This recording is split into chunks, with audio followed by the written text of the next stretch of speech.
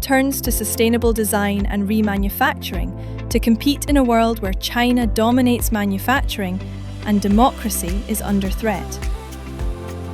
Let's look at an ordinary day in the life of a European manufacturing company owner.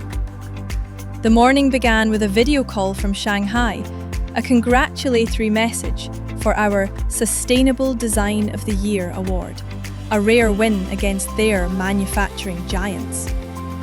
Later, a resource scarcity alert popped up, delaying a crucial remanufacturing run. Thankfully, our agile factory setup allowed a swift shift to an alternate material.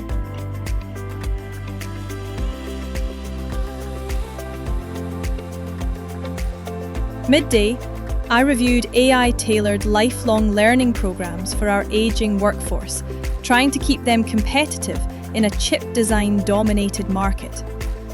The afternoon brought news of a BRICS-backed disinformation campaign targeting our product-as-a-service model, a constant battle against their political influence.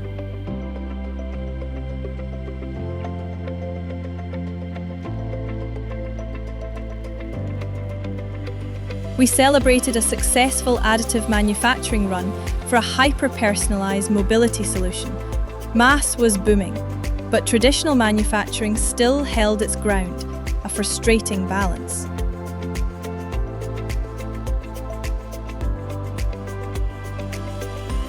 A late-night negotiation with a local microfactory about a hyper-local manufacturing ecosystem project, a desperate attempt to create resilience. Finally, I logged off, exhausted, but determined to keep Europe's design spirit alive against all odds.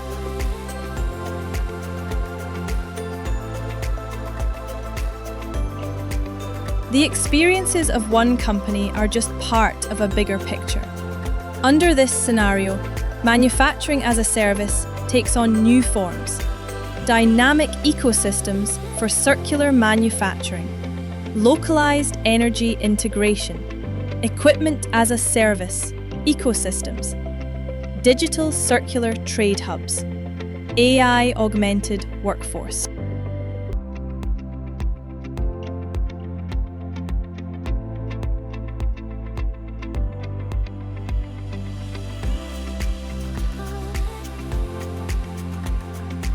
The biggest shift in the European manufacturing industry by 2040, compared to 2025, will be the transition from a model of isolated asset ownership and linear production to a digitally integrated, collaborative ecosystem, where resources, from machinery and materials to energy and skills, are accessed on demand as a service within a circular economy.